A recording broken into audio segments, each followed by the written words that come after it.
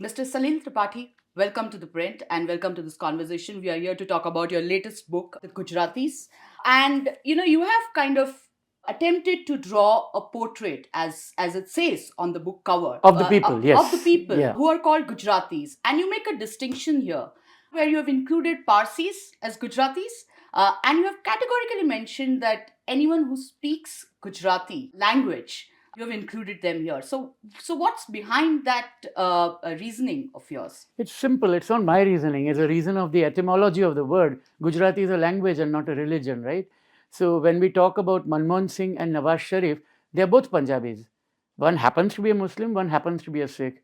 Hasina Wajid and Mamta Banerjee, they're both Bengali women. One is Bangladeshi, one is Indian, one is Muslim, one is ostensibly a Hindu.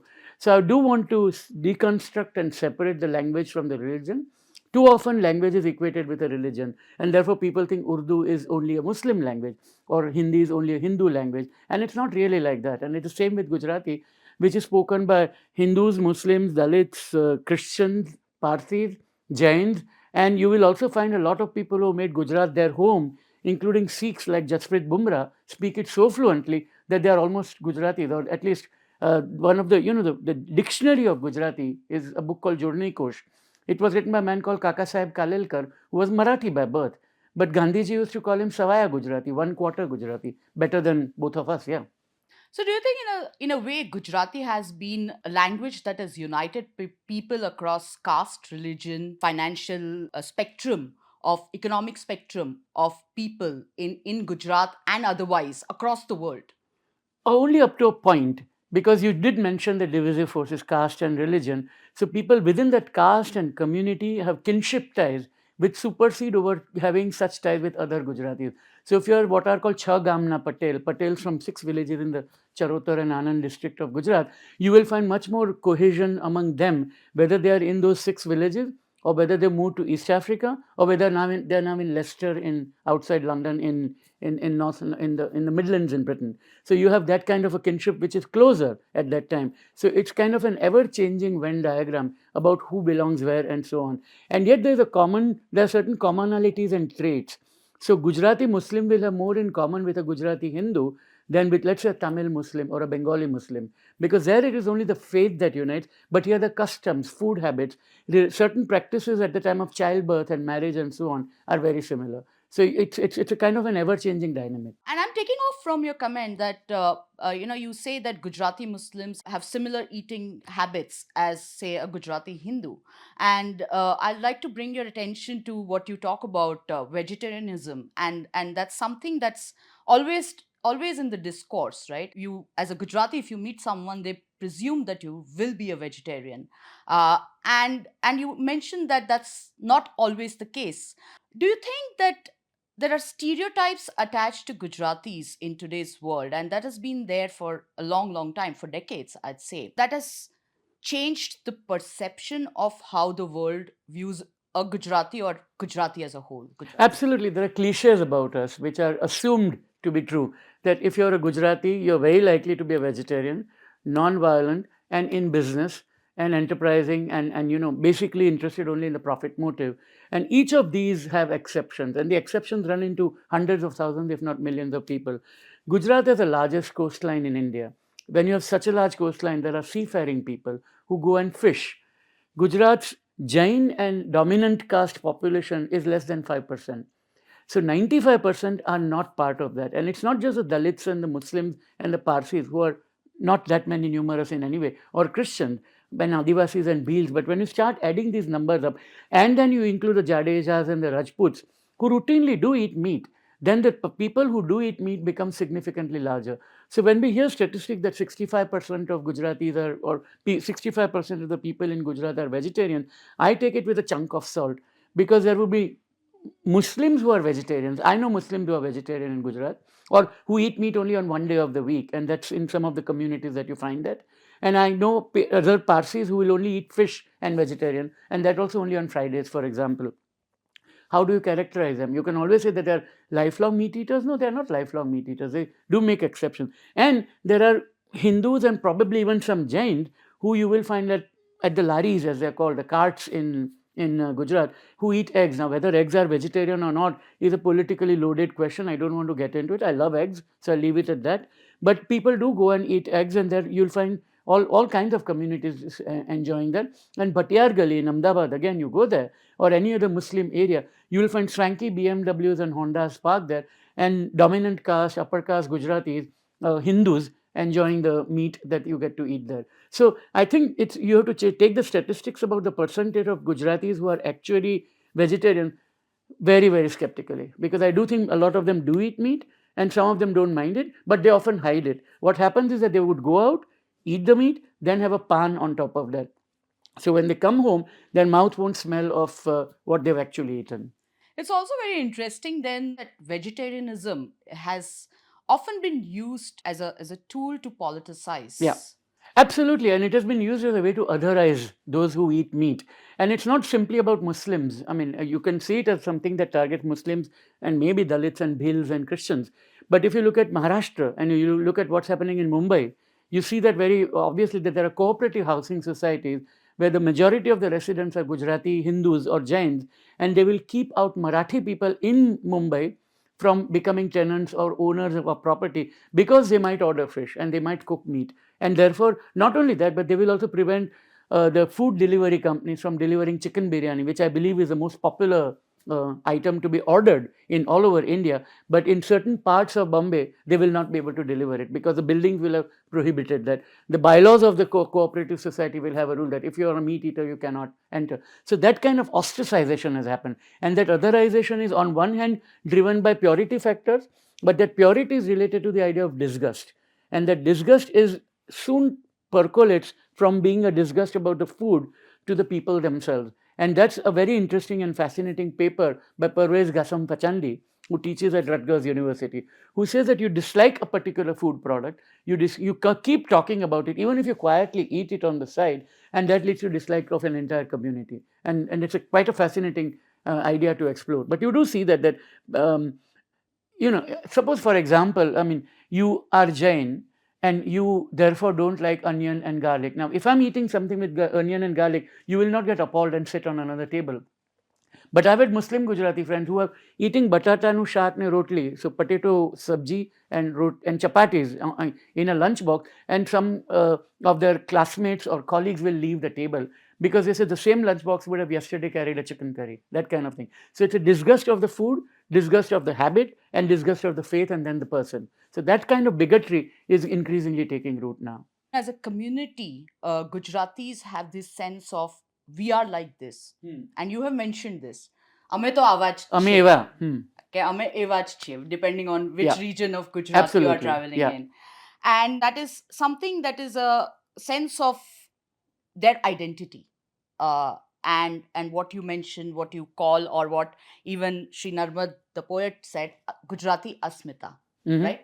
And this Gujarati Asmita has had a long journey from where it started to where it stands now. And you say that, and you quote people saying that it's become from Asmita to Bhasmita. It's not my original because Bhikhu Parekh had said it, Yeah. and Meghnad Desai has repeated it, and Prakash Shah has said it. So, but it's a very nice way of looking at the trajectory from self-awareness to pride to arrogance to bigotry. And let me unpack them. Self-awareness is what comes, is what Sitanshu Yashashchandra, the great poet, told me about it, that Asmita's literal meaning is who you are and the awareness of who you are, the sense of being. It comes from there.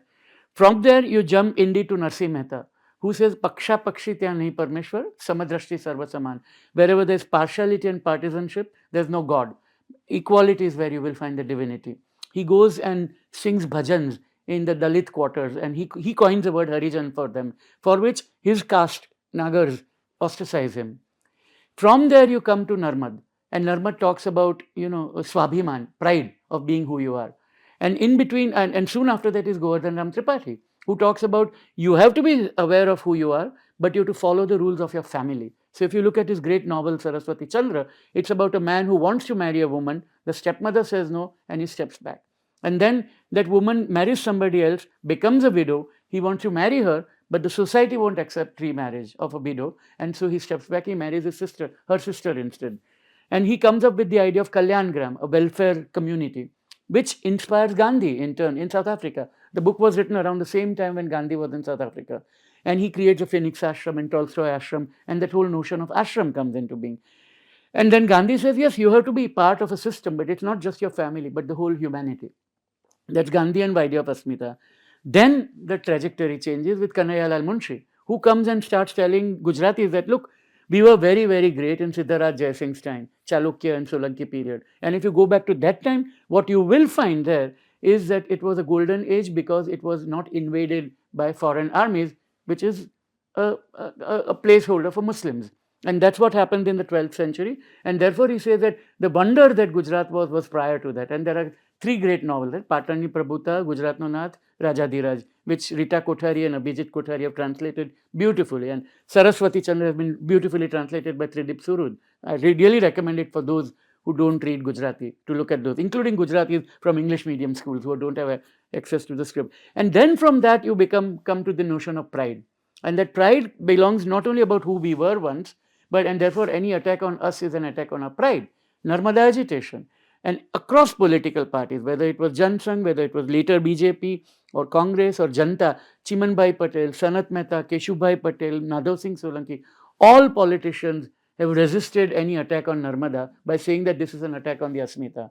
And then we come to 2002 and the pogrom. And once the pogrom takes place, again, the chief minister downwards, everyone says that it's not an attack on a political party or a leader, but it's an attack on an entire community and an insult to the Asmita of Gujarat. And therefore the Gaurav Yatra comes, which then Gujaratis turn into bigotry against the other.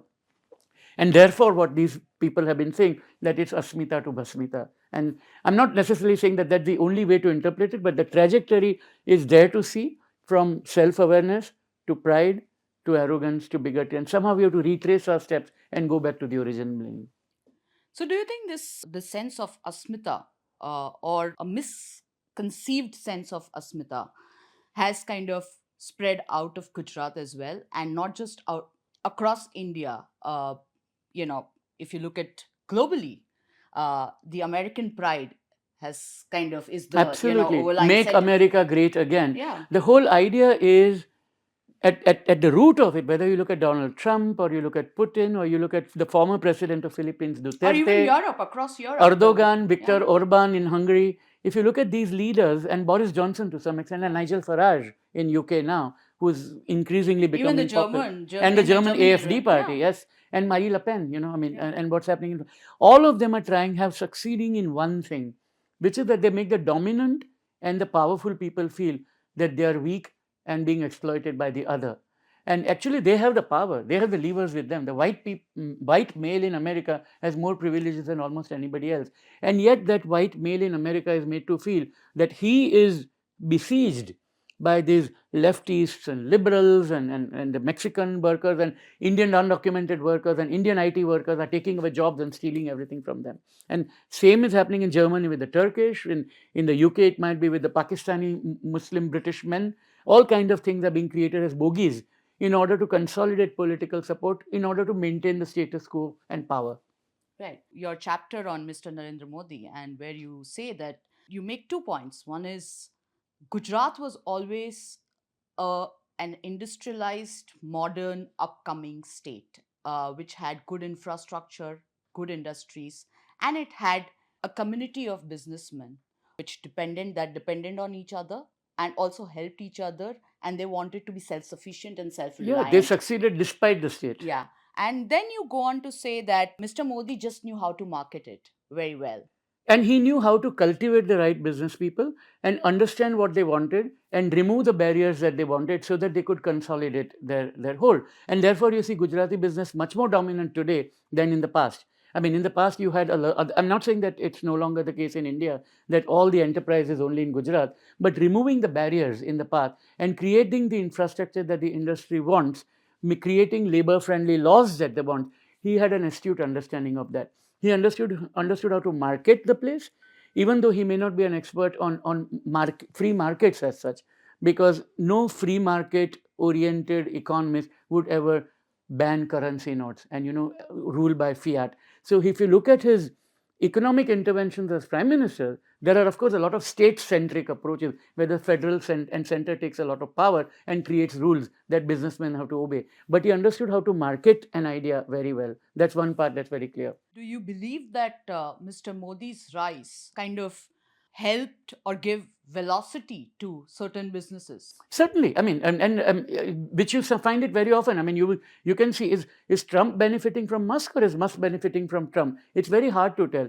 Conservative Party in the UK has also had some strong links with certain specific business groups, like the Barclay Brothers, for example. So it's an inevitable nature of the semi-capitalist societies that become that certain businesses are very close to the government. They tend to get certain contracts, and some of them are, and the result that they produce is often outstanding. I mean, it's not, the infrastructure does get built by certain businesses, but it's not creaking and it's not breaking apart. Or let's go back 30 years and the rise of Dhirubhai Ambani, and in the time of when Pranab Mukherjee was the finance minister and Indira Gandhi was the prime minister. He starts by making polyester yarn. From that, he starts to refining the chemicals in Hazira. And from that, he thinks that, no, I need the refinery capacity. So he builds one of the largest refineries in the world in Jamnagar. And the next step, look for oil itself. Backward integration, classic approach of Michael Porter. Any business school will teach that. And that was the approach that they had taken. But once it becomes a conglomerate, then it will get into everything, supermarkets and telecoms and so on. And it becomes larger and larger and larger, which exasperates management consultants. Because management consultants and investment bankers like companies with neat storylines where there is a synergy. And these companies no longer have synergy. But they become effectively venture capital companies because they have extra capital to devote. And so if a new business has to come up, they will have the capital to offer much more easily, access it through debt or with equity than what you would find by somebody who tries to make an initial public offer. So it makes it very harder for the small young entrepreneur to try to become in that position again because the dominance is overwhelming. When we talk about Gujarat, at least in today's day and age, the most talked about the 2002 riots. Very few people would know that Gujarat has an underlying history, Yes. or an underlying character, or I'd say, of violence and and that of communal in nature, be it 1960 or 1982, as you have mentioned. And in a sense, these two kind of have always been the undercurrents which fanned the violence eventually over the years. So, do you think that irrespective of the governments in power, Gujarat as a state has been on the boil for some time Yes. now? If you look at the riot statistics on a per capita basis, Gujarat comes across pretty poorly. Pretty poorly. I mean, you might have more incidents in Uttar Pradesh because it's a bigger state, but it has to be divided by a much larger number of people. So incidents per person or incidents per taluka would be much fewer than what happens in Gujarat. Gujarat also has a lot of minor skirmishes which don't get reported, particularly inter-caste violence. But I'm very glad that you mentioned the earlier communal incident, which happened in other political parties. So it's not as if it's monopoly of one party only. In 1986, I'd just come back after my graduate studies in America, and one of my first assignments was given by Veer Sanghvi, the editor at that time of Imprint magazine. And he said, go to Gujarat and find out why does it keep burning every now and then. 1985, 84, 83 were very violent periods. First, there was an inter-caste violence because of extension of reservations through what was called the Bakshi Panch, the Bakshi Commission. And after that, you had it turned into communal. And Madhav Singh Solanki had won with one of the largest majorities ever till then. I think he won 149 out of 184 seats, which was incredible. Until the last elections, yes. So when Madhav Singh Solanki achieved that, he had created an alliance of Kham, as it was called, Kshatriya, Harijan, Adivasi, Muslim, which basically decimated the powers of Patels and the dominant caste. So, and yet he had to resign within a year because of the violence. So he was in his book line study in Gandhinagar, and I had gone to meet him. And I said, how came? Apne to Gandhi ni praja chiye. That we are people of Gandhi, how could there be so much violence? And he looked at me and smiled and said that આપણે તો હંમેશા હિંસક હતા, આપણને શાંત કરવા આપણને એક મહાત્માની જરૂર પડી, which basically means that we were always violent. To calm us down, we needed Gandhi. And that's exactly the trajectory you're saying, that before 2002, there was 1982, 83 and 84 in Baroda, Surat and so on. And before that, in 1969, one of the worst riots in the year of Gandhi's centenary in Ahmedabad had taken place. And before that, you go to partition, there was a little bit of violence, not as much as Punjab and Bengal. Go back to 1926 to 30 period, Godhra, there had been violence. 1890s Bombay, there was a riot between Bohras and Parsis, both Gujarati communities with one another, who a depiction of the Prophet in a particular book by some Parsi, and it was not meant to be insulting at all, but it was enough to start a riot. So the violence between Gujarati is, I'm not saying it comes with the territory. I wouldn't want to say that. Most societies have certain amount of, but to argue that Gujaratis are vegetarian and non-violent and 2002 was an aberration is not fair. Right. Yeah. So while we talk about 2002, when you traveled recently to Gujarat while you were writing your book, uh, and you must have traveled, you have traveled earlier, you have reported earlier from Gujarat on the communal violence. Is there a sense of Asmita that after 2002 our state is calm? Yes, but the people who are making that did not suffer during the violence. So when people say that, let's forgive and forget, let's move on, we have to start a new chapter, I would like to hear that from the people who have suffered rather than from people who may not have done the activities and may not have committed violence, but were either bystanders or beneficiaries of the violence. So you hear a lot of upper caste or dominant caste Gujarati saying, "એ લોકોને સીધા કરવાની જરૂર હતી." It was necessary to straighten them. Straighten them assumes that they were bent to begin with, which is nobody has made that case and nobody has proved that. But you heard that I heard that often from people. Another person put it to me in quite graphic terms. He said that પહેલા મનસુખ મહમ્મદથી બીતો હતો, હવે Mohammed મનસુખથી BA છે. Which means in the past, Mansukh used to be worried of Muhammad and scared of him. Today, Muhammad is scared of Mansukh. And my question was, which I didn't put it, but I raised it in the book, is that why should either be scared of the other?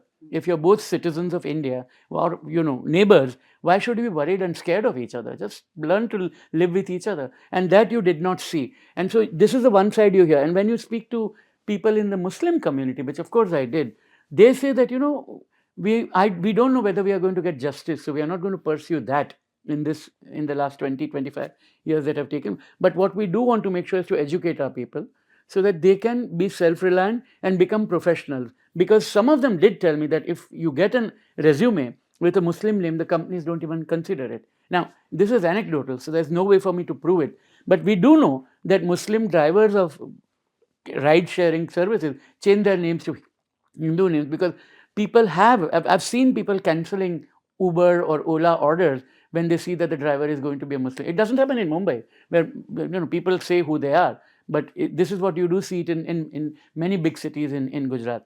So that otherization has been visible, let's put it that way. I'm not saying it's successful or not, that's for others to decide.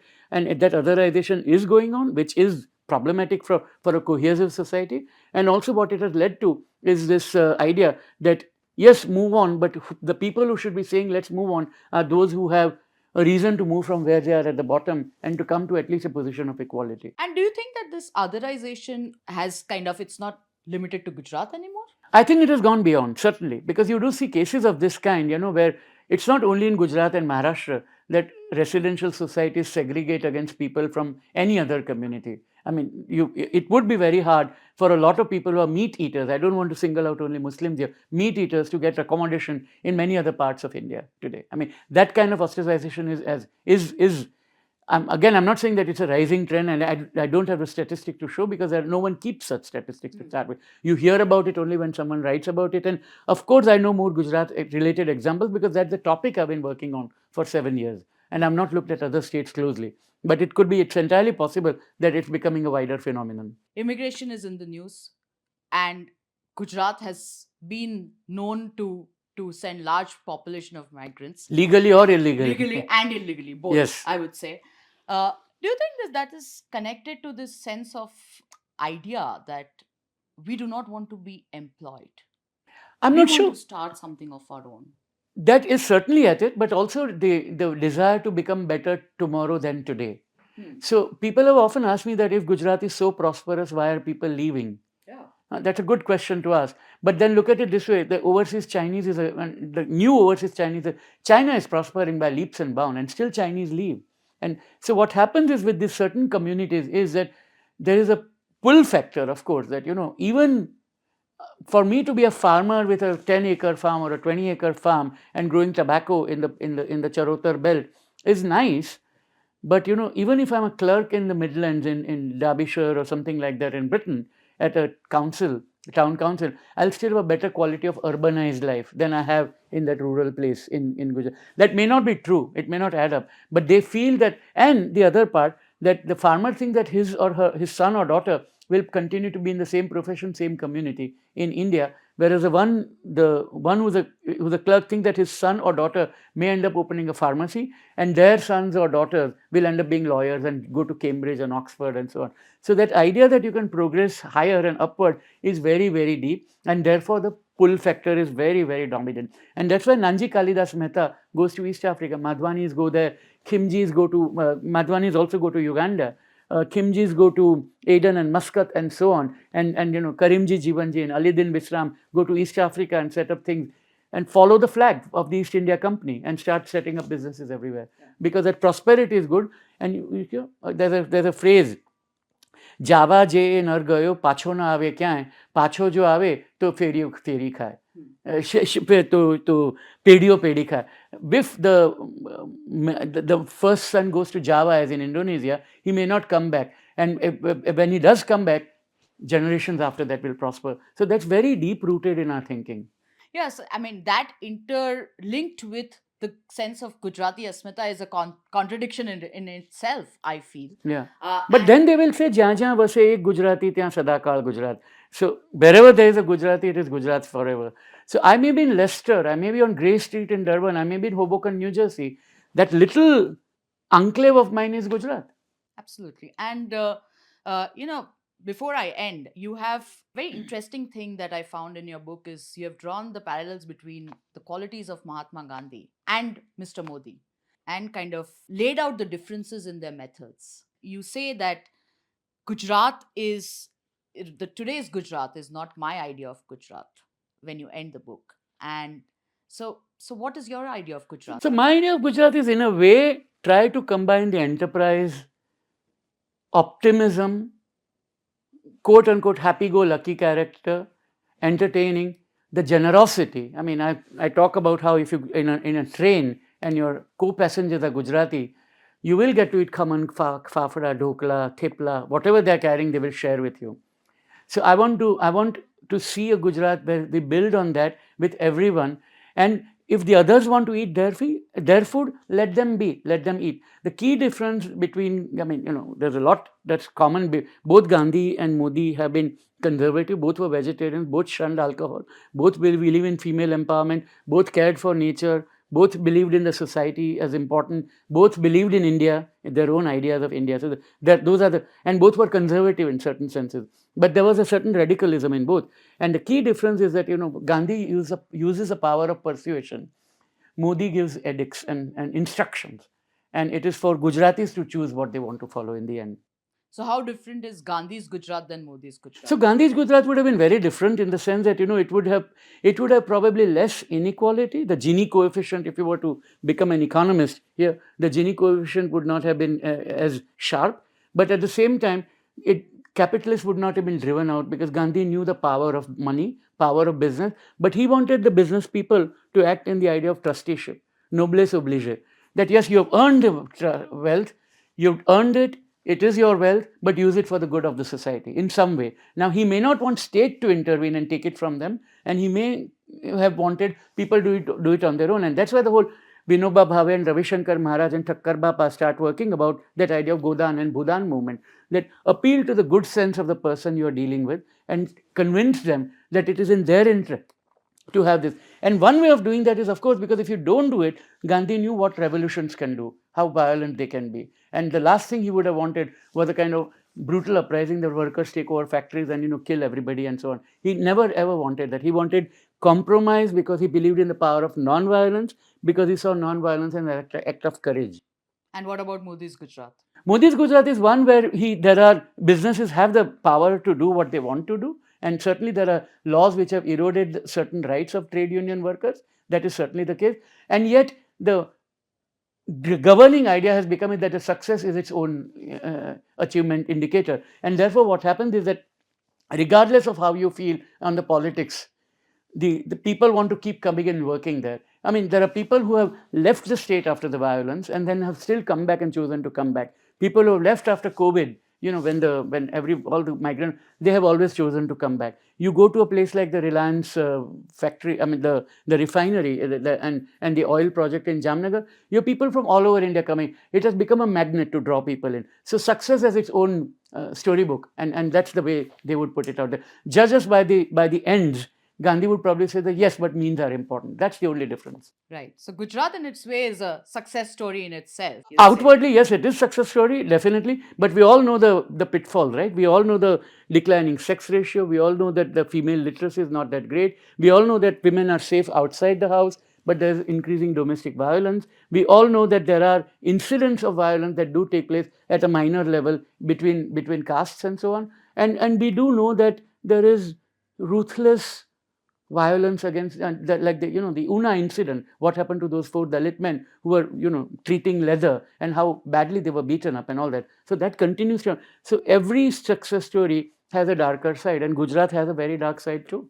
And it's a Gujarati story. I mean, it's not related to the state itself. I mean, it's part of the fabric of the people. Thank you. Yeah. Absolutely. Thank you so much, Mr. Salil Tripathi, and we wish you luck for this new book. Thank you.